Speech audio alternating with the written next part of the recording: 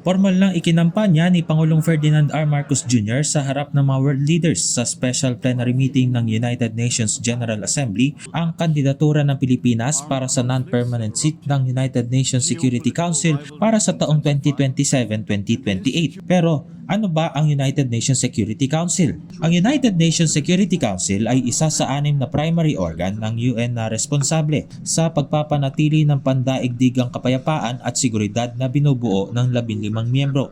5 sa mga ito ay mga permanent members na binubuo ng China, France, Russia, United Kingdom at Estados Unidos. Habang ang 10 non-permanent members ay inihahalal kung saan mayroon itong 2 taong termino. Ang mga permanent members ng Security Council ay mayroong veto power na maaaring humarang sa anumang resolusyon. Maaaring magpataw ang Security Council ng mga sanksyon, pahintulutan ng anumang military action at gumawa ng mga resolusyon para sa lahat ng member states ng UN. Bawat miyembro ay mayroong tig-iisang boto.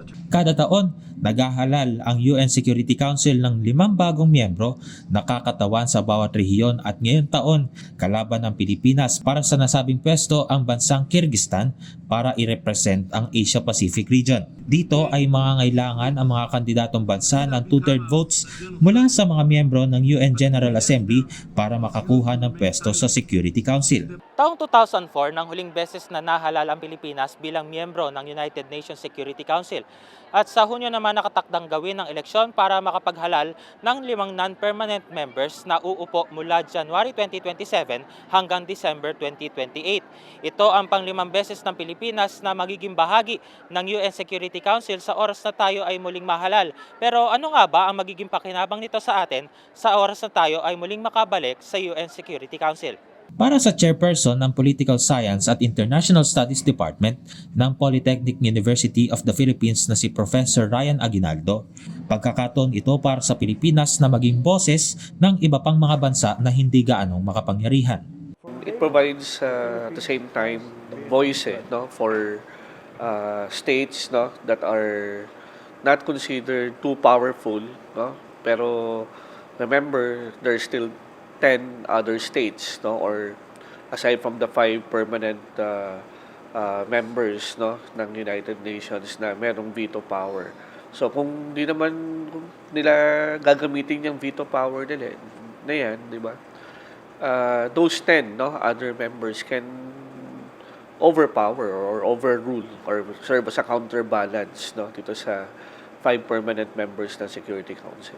Dagdag pa ng profesor, may lamang ang Pilipinas na makakuha ng pwesto sa Security Council kumpara sa bansang Kyrgyzstan na katunggali ng bansa mula sa Asia Pacific region para sa nasabing pwesto. Being a maritime country, pwede rin natin na magamit yung status na yan no, to get support no, from other maritime states. No? Pwede rin natin na magamit no, yung ating participation sa UNCLOS no, na magbibigay sa atin ng added portfolio no, within the United Nations Security Council. Pwede ring magamit ng Pilipinas ang pwesto nito bilang non-permanent member sa Security Council na maisulong na maipatupad ang rule of law at ang pagsunod sa United Nations Convention on Law of the Sea o UNCLOS. Maaari ring maisulong ng Pilipinas ang interes nito sa mga nangyayari sa gitnang silangan tulad ng pagprotekta sa kapakanan ng overseas Filipino workers. I-promote natin no, yung balance no, na positioning, di ba? Na ito yung tinitingnan natin, OFW. Second, sabi nga natin, pang-promote nung climate, ito, no, yung issues about climate change. And then lastly, no, yung mga environmental positions din natin. Sa huli, dapat ring suportahan ng bawat Pilipino ang ating kandidatura na maging bahagi ng UN Security Council. Ito na yung chance no, na mas lalo tayong makakapag-participate no, dito sa mga issues, mga international political issues or even conflicts no, na nangyayari. At least nandun na tayo.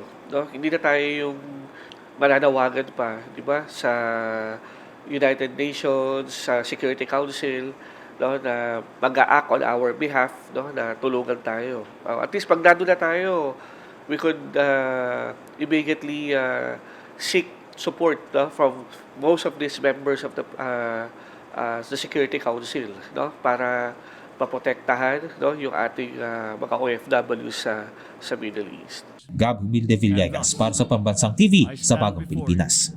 To humbly petition